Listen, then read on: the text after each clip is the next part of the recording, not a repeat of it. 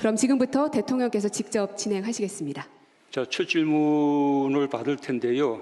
아무래도 첫 질문은 좀 기자단 강사님이 먼저 좀 테이프를 꺼내주시면 그 다음에는 제가 질문을 하겠습니다. 기생충에 보면 그 송강호 씨의 대사가 있습니다. 아들아, 너는 계획이 다 있구나. 그 오른쪽에 방금 손 내리신 분. 예. 아닙니다. 옆에 분 하십니다. 예. 미안합니다. 제가 마음이 약했어요. 아까 그 옆에 분. 예. 네, 신년 기자회견 지금 3분의 2가량이 지나왔습니다. 90분 중에서 이제는 25분밖에 남지 길을 잃은 때도 있었지. 쓰러진 적도 있었지. 네, 문재인 대통령이 2020년 새 신년 기자회견을 오늘 아침에 했습니다. 여러 가지 얘기들이 좀 나왔습니다. 하나씩 짚어가겠습니다. 김태일 기자. 네. 지금 화면으로 잠깐 봤습니다만은 요즘에 뭐 뜬다고 해야 될까요? 유산실 씨, 그러니까 유재석 씨가 이제 트로트 가수로 데뷔를 했는데 사랑의 재개발이라는 노래도 좀 나왔고요. 끝날 때는 이적에 같이 할까 뭐 이런 노래도 같이 걸을까 이런 노래도 나왔는데 노래는 왜 나온 겁니까? 시작할 때랑 끝날 때. 그러니까 이제 문재인 정부의 기본적인 원칙, 예를 들어서 이제 사랑의 재개발이란 같은 경우에는 뭐 재개발, 뭐 부동산 문제 등이 뭐 연상되지 않습니까? 예. 그리고 같이 걸을까요? 이 부분은 이제 그 정세균 총리가 이제 취임을 하면서 얘기했던 부분이 협치입니다. 그래서 예. 문재인 대통령도 오늘 강조했는데 총선 이후에 야당 인사들과 협치하는 방안을 뭐 생각을 해보겠다라고 하면서 이제 협치라는 부분을 좀 강조한 것 같고요. 예. 그러면서 이제 오늘 노래가 그 시작 전에 4곡, 3곡 끝나고 한 곡이 나왔는데 이런 예. 부분들을 좀 반영한 그런 곡을 좀 선곡한 것 같습니다. 고민정 대변인의 얘기로는 이 앞에 나왔던 노래들 또 끝나고 나왔던 노래들이 이제 변화와 혁신을 상징하는 그런 가사말이 있어요. 유산슬 씨의 뭐 싹 다 갈아엎어버려 뭐 이런 말도 사실은 기존에 잘못됐던 관행들 과거와는 이제 작별을 한다라는 의미가 좀 담겨 있다고 합니다. 노래 선곡은 좋았던 것 같아요. 지루했던 기자회견이 자칫 지루해질 뻔했던 기자회견이 노래로 인해서 조금 분위기가 반전되는 그런 게 있는 것 같습니다. 원래는 이제 90분간 진행이 되기로 돼 있었잖아요, 그렇죠? 어떤 분야에서 어떻게 형식이 갖춰졌던 건가요? 그렇습니다. 오늘 이제 기자회견은 3가지 분야로 나눠서 예. 진행이 됐습니다. 정치 사회 분야, 경제 민생 분야, 그리고 남북 관계 이런 3가지 분야로 했는데 예. 한쪽으로 좀 질문이 쏠릴 것을 좀 우려해서인지 윤석열 총장 얘기에 가장 관심이 많으니까. 그렇습니다. 그래서 이제 그쪽으로 좀 쏠릴 것을 우려했는지 예. 시간을 분배해서 3분야로 나눠서 했고요. 올해도 지난해 마찬가지로 사전에 이제 계획 없이 현장에서 기자들이 이렇게 손을 들면 예. 대통령이 지목을 해서 이제 질의응답이 이루어지는 그런 방식이었거든요. 예. 방금 지금 이제 화면 보시는 것처럼 기자들이 지명을 받기 위해서 작년과 마찬가지로 갖가지 아이디어를 동원했는데 지금 한복을 입고 이 부채를 예. 들면서 나 좀 봐달라, 날 지목해달라 이런 기자들도 있었고 뭐 질문 있습니다 이렇게 적힌 피켓을 드는 기자도 이렇게 예. 있었습니다. 그리고 그 오늘 이제 뭐 여러 가지 질문이 나왔는데 뭐 다른 어떤 기자는 이 영화 기생충의 대사를 똑같이 읊어서 좀 웃음바다로 만드는 뭐 이런 장면도 있었습니다. 그러니까 사전에 이제 질문자라든지 아니면 질문 내용이 청와대 측과의 교환이 돼서 사전에 이제 뭐 짜고 치는 기자회견 아니냐 이런 이제 오해들이 많이 있었는데 문재인 정부 들어서는 이제 그런 모습들은 없어지고 이렇게 자유롭게 그 자리에서 즉석에서 질문자라든지 질문 내용이 결정이 되는 거군요. 그렇습니다. 뭐 지난해도 그랬고 올해도 마찬가지였고 이제 오늘 문재인 대통령 앞에 모니터가 2대가 있었거든요. 예. 문재인 대통령이 먼저 이 모니터가 혹시 질문을 받고 미리 내가 답변을 쓴 거를 보고 한 거 아니냐 뭐 이런 의심을 할 수 있는데 이게 아니고 그 질문하는 기자의 질문을 요약해서 적은 거기 때문에 오해하지 말아라 이렇게 예. 얘기하기도 하면서 이 정말 각본 없이 즉석에서 이루어진 질의응답이라는 걸 강조하게 됐습니다. 예.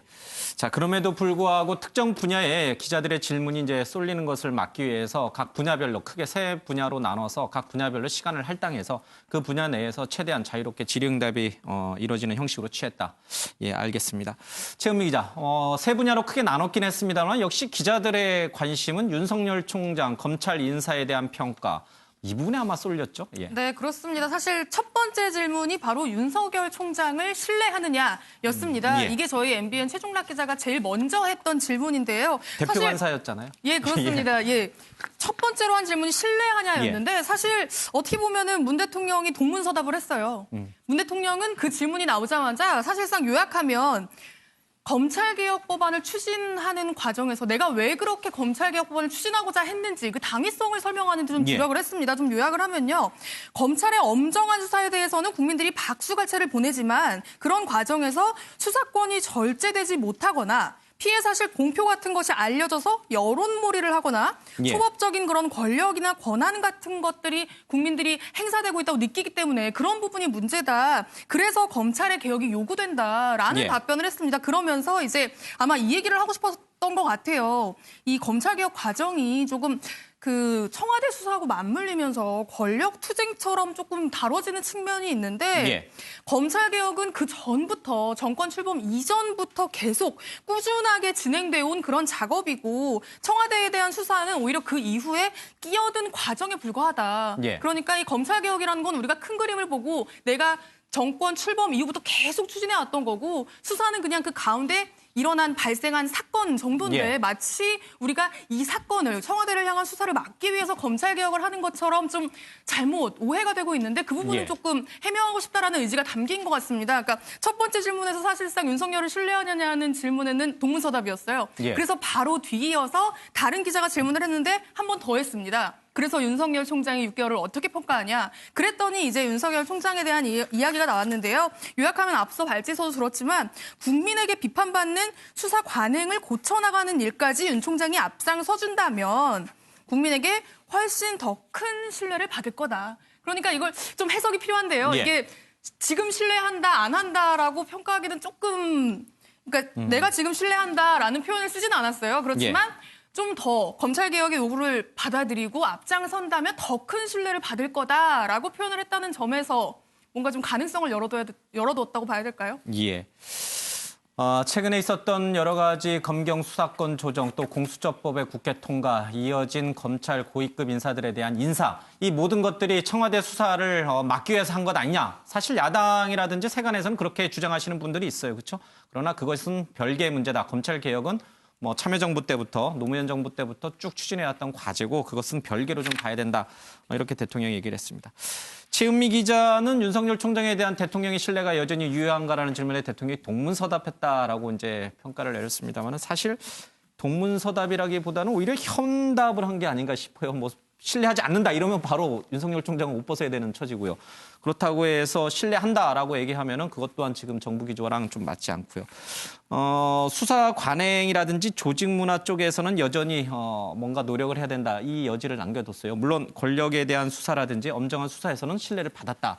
그러니까 약간 이중적인 평가를 내린 것 같아요. 그렇죠. 작년 11월만 해도 문재인 대통령이 윤석열 검찰총장에 대해서 신뢰한다고 구체적으로 표현했어요. 오늘 아마 기자회견 앞두고 윤석열 질문은 당연히 나올 테고 어떻게 대답할까를 며칠 고민했을 거예요. 그 결과 굉장히 신중하게 하는 걸로 아마 결론을 얻은 것 같아요. 오늘 구체적인 직접 화법으로 나는 윤석열 검찰총장을 신뢰한다, 안 한다 이 말은 안 했어요. 하면 안 돼. 그 말은 안 했어요. 여러 가지로 둘러서 뭐 검찰 개혁을 앞으로 앞장서였으면 좋겠다. 뭐 이런 말로 그 말은 안 했는데 기자회견하면서 이런 얘기를 했어요. 권력에 대한 수사로 국민에 대한 신뢰를 얻은 건 사실이다. 그러니까 어떻게 보면은 신뢰한다는 표현은 안 했지만 국민들한테 신뢰 얻었다는 거는 또 인정을 했어요. 그래서 문재인 대통령이 지금 검찰하고 여러 가지 좀 불편한 그 시각, 불편한 마음, 특히 추미애 법무부 장관이 인사를 앞두고 검찰총장이 제3의 장소에서 만나자 뭐 이런 거에 대해서는 굉장히 불편함을 표시했죠. 그거는 그거 하나만 갖고 검찰총장을 평가하지는 않겠다. 뭐 이런 말로 굉장히 불편함을 표시했지만 권력에 대한 수사로 국민들의 신뢰를 얻고 있다는 표현은 틀림없이 했기 때문에 제가 보기에는 신중한 입장에서 윤석열 검찰총장을 평가한 거 아닌가 이런 생각이 듭니다. 적어도 이거 한 가지는 확실한 것 같습니다. 어제도 저희가 다뤘습니다마는 특정 언론에서 지금 청와대가 윤석열 총장에 대해서 징계 절차에 착수했다라는 보도가 있었는데 오늘 대통령의 말을 들어보면은 윤석열 총장에 대해서는 검찰 인사 문제로 평가하지 않는다. 그런 입장을 분명히 한 것으로 봤을 때는 징계 절차에 착수했다라고 하는 것은 분명히 오보인 것 같습니다.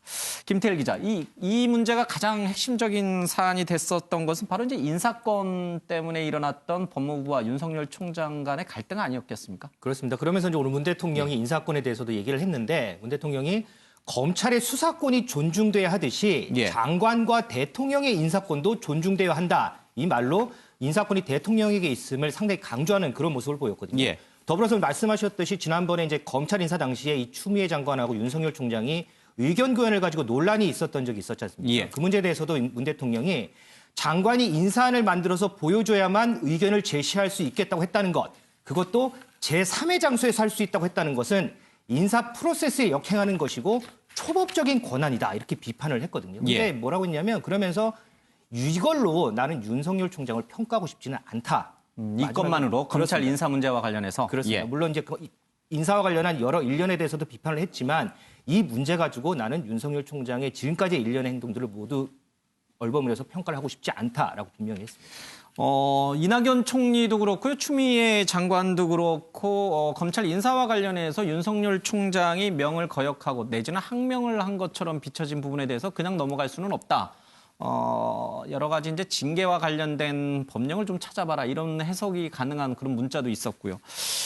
그래서 윤석열 총장에 대해서 뭔가 조치가 있지 않겠느냐라는 조심스러운 관측이 있었는데 오늘 대통령은 그게 인사 프로세스에 역행하는 것은 맞지만 그렇다고 해서 그것 때문에 윤석열 총장을 평가하고 싶지는 않다. 그러니까 징계하지는 않겠다는 그런 뜻이잖아요. 그렇죠. 예, 문재인 대통령이 윤석열 검찰총장에 있어서 신뢰라는 직접적인 표현을 안 썼어요. 예. 다만 권력에 대한 수사로 국민들한테 신뢰를 받고 있다. 이런 예. 표현을 씀으로써 윤석열 검찰총장이 지금 하는 수사가 그 상당히 정당성을 또 인정하는 듯한 또 표현을 썼어요. 예. 그래서 지금 이낙연 국무총리나 추미애 법무부 장관이 윤석열 검찰총장의 인사에 대한 거의 항명이다, 거역이다 이런 표현에서 거센 비난을 했잖아요. 예. 그 문재인 대통령은 거기에 대해서 일단은 좀 중립적인 스탠스 유지함으로써 제가 보기에는 그 인사를 한다든지 뭐 항명죄로 뭐 다시 징계를 한다든지 예. 이거는 일단은 거론하지 않는 분위기 아니냐 뭐 이런 생각이 좀 들었습니다. 예. 그래서 지금 검경 수사권 통과됐죠.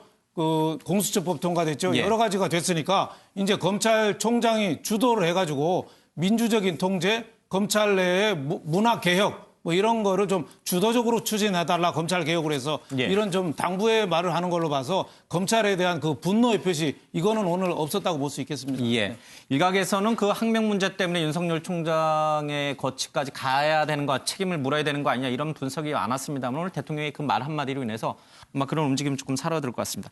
그럼에도 불구하고 인사 프로세스의 정착, 계기가 되길 바란다라는 언급은 분명히 있었어요. 이제 앞으로는 법무부 장관이 만든 이 인사안에 대해서 검찰총장이 그것을 사후에 보고선 의견 개진하는 형태가 아니라 법무부 장관이 안을 만들기 전에 이제 총장이 먼저 법무부로 찾아가서 장관한테 난 이렇게 인사가 됐으면 좋겠다라고 의견을 개진하고 법무부 장관이 이제 최종적으로 인사안을 만들고 그것을 이제 청와대에 제청하는 형태가 이제 될 것 같아요. 네, 오늘 문재인 예. 대통령이 그 얘기는 분명히 했죠. 예. 인사권자는 대통령이고 검찰 인사를 제청하는 사람은 법무부 장관이고 총장이 아니다. 총장이 아니다. 총장은 예. 수사권만 있다. 수사권, 기소권, 검찰 보유의 기능만 있다. 이걸 강조를 했거든요. 그래서 지금까지는 관례적으로 그 법무부 장관이 인사안을 만들어 가지고 검찰총장하고 그걸 협의를 했거든요. 그 검찰청법에도 그렇게 돼 있어요. 서로 논의하고 상의하는 걸로 그렇게 돼 있는데 예. 이제는 법무부 장관이 안을 갖고 검찰총장한테 가는 게 아니라 검찰총장이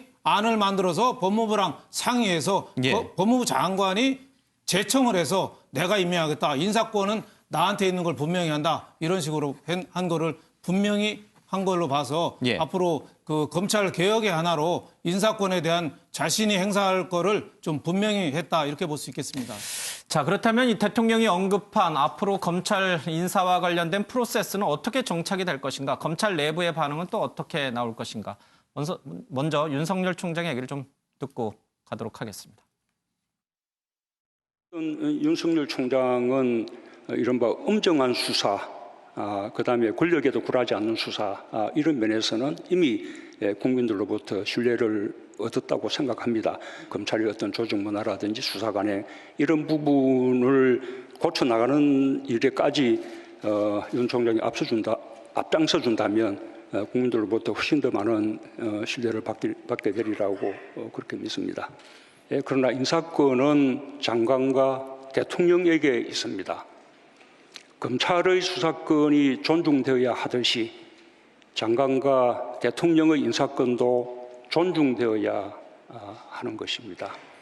제3의 장소에서 명단을 가져와야만 할 수 있겠다라고 한다는 그것도 인사 프로세스에 역행되는 것이라고 생각해요. 다만 그 한 건으로 저는 윤석열 총장을 평가하고 싶지 않습니다. 자, 그렇다면은 앞으로의 이 검찰 인사 프로세스는 어떻게 바뀔 것인가?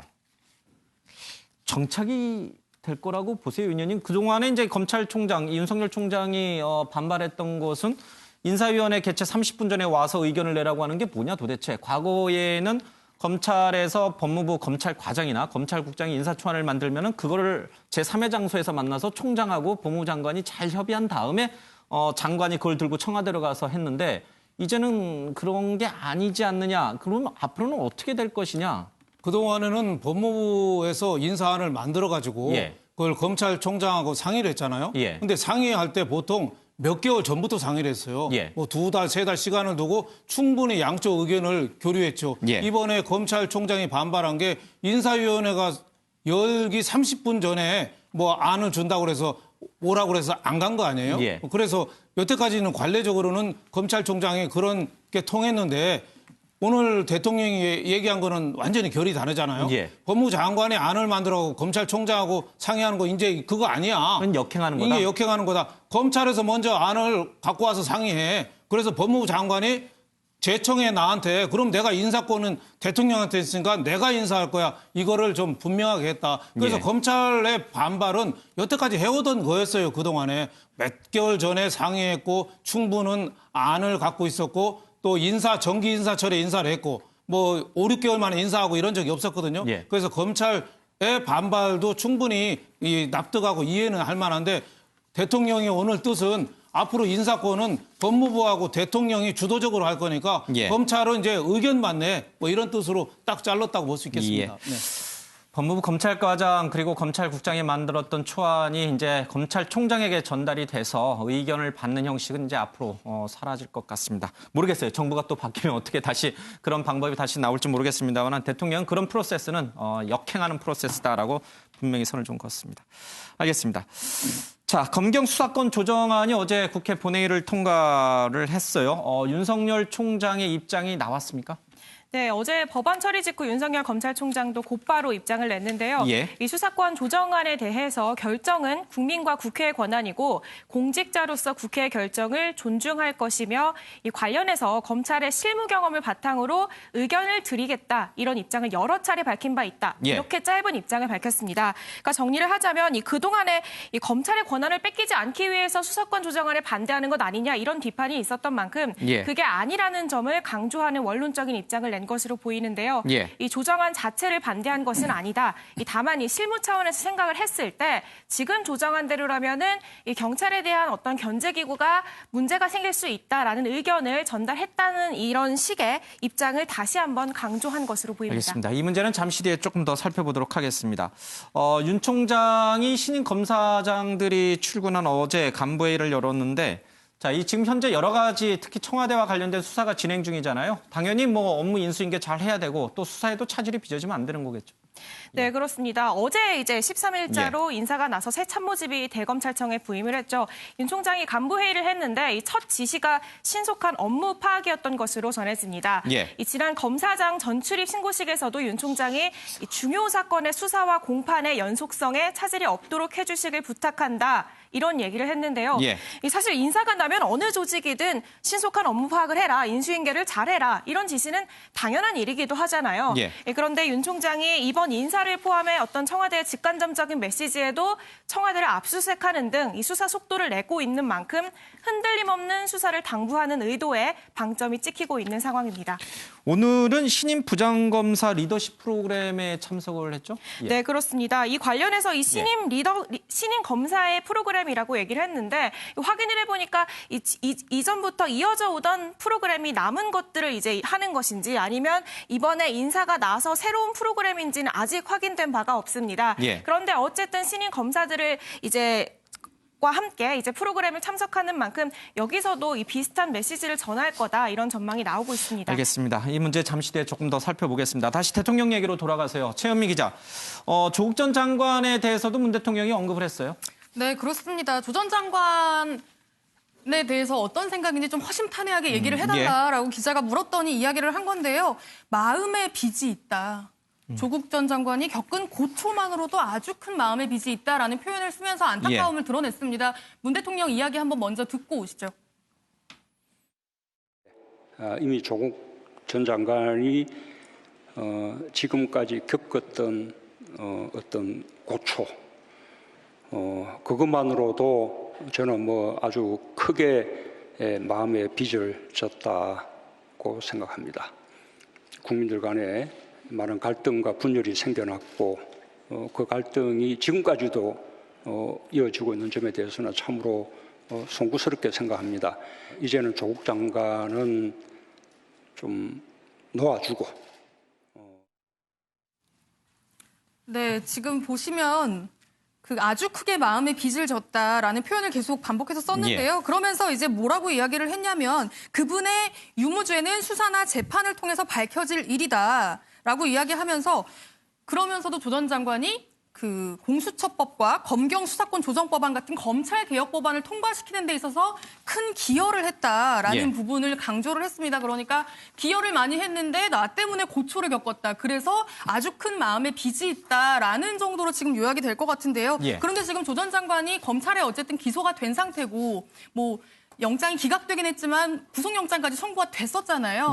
그런 어떤 지금 범죄 혐의 관련해서 지금 일고 있는 논란도 있는데 그 부분에 대해서 이제 수사나 재판을 통해서 밝혀질 일이라면서 그 부분에 대한 평가는 좀 선을 긋는 모습이었고요. 그러면서 국민들에게 호소하고 싶다라는 표현까지 썼습니다. 호소라는 표현을 쓰면서 이제 검찰개혁법안 다 통과됐으니까 조 전 장관은 놓아달라라는 표현을 썼습니다. 그러면서 그분을 지지하는 분이든 반대하는 분이든 이제 그 문제를 둘러싼 갈등은 없었으면 좋겠다라고 이야기했습니다.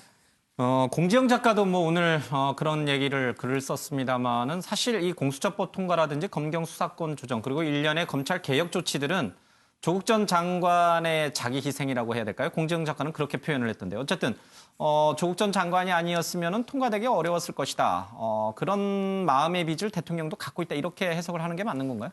그러니까는 저는 이 고초라는 표현이 뭘 말하는 걸까라는 부분에 대해서 좀 생각을 해봤는데 지금 문재인 대통령이 앞서 지금 검찰개혁의 필요성, 당위성을 계속 강조하면서 했던 얘기가 검찰이 지금까지 절제되지 않은 수사권을 썼고 그리고 그러니까 수사권을 남용했다는 얘기죠. 그리고 피의 사실 공표로 여러 사람을 힘들게 했다는 부분 이런 부분들 때문에 검찰개혁의 요구가 높아지고 필요성이 높아지고 결국엔 여기까지 온 거다라는 얘기를 강조했거든요. 그러니까는 고초라는 게 아마 수사권이 남용돼서 너무 과하게 수사를 받는 혐의에 비해서 그리고 피의 사실 공표로 굉장히 뭔가 지금 인권 문제라든지 여러 가지 지금 문제 제기되는 것들이 있잖아요. 조국 일가 가족에 대한 어떤 인권 문제가 너무 검찰 수사하는 과정에서 소홀하게 다뤄졌다. 이런 부분들 문제 제기가 분명히 있기 때문에 아마 그런 부분들을 문제 삼은 것 같습니다.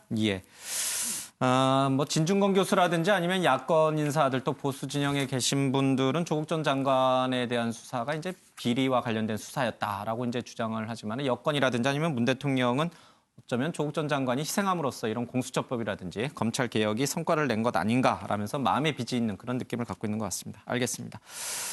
사실 조국 전 장관 또 윤석열 총장에게 많은 관심이 쏠려 있어서 기자들의 질문이 그쪽으로 많이 당연히 갈 수밖에 없었습니다만 시간 제한 때문에 충분히 다뤄지지 못한 것 같고 다른 분야 쪽에서도 대통령의 얘기가 좀 있었어요. 그렇습니다. 일단은 남북 관계 관련해서는 이 북미 관계에 대해서 충분히 잘 될 것으로 낙관하고 있다 이렇게 밝히면서 북한이 비핵화 조치를 취하면 대북 제재를 완화할 필요가 있다 이렇게 밝혔고요.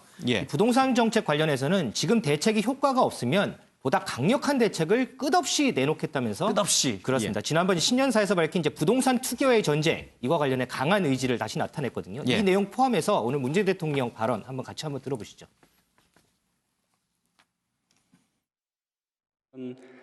대북 제재의 완화도 포함될 수 있다고 생각합니다. 정부는 지금의 대책이 뭔가 조금 시효를 다했다라고 판단되면 또 보다 강력한 대책, 그게 끝없이 내놓을 것입니다. 다음 총선 지나고 나면 야당 인사 가운데서도 그 내각에 함께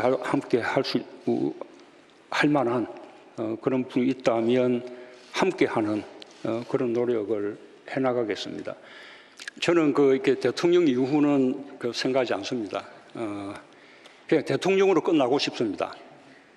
대통령 끝나고 나면 그냥 잊혀진 사람으로 그렇게 돌아가고 싶고요. 네, 이외에도 호르무즈 해협에 대한 파병 문제 등 여러 민감한 이슈가 있었는데 대통령이 신중하게 여러 문제를 고민해서 같이 풀어나가겠다 이런 언급이 좀 있었습니다.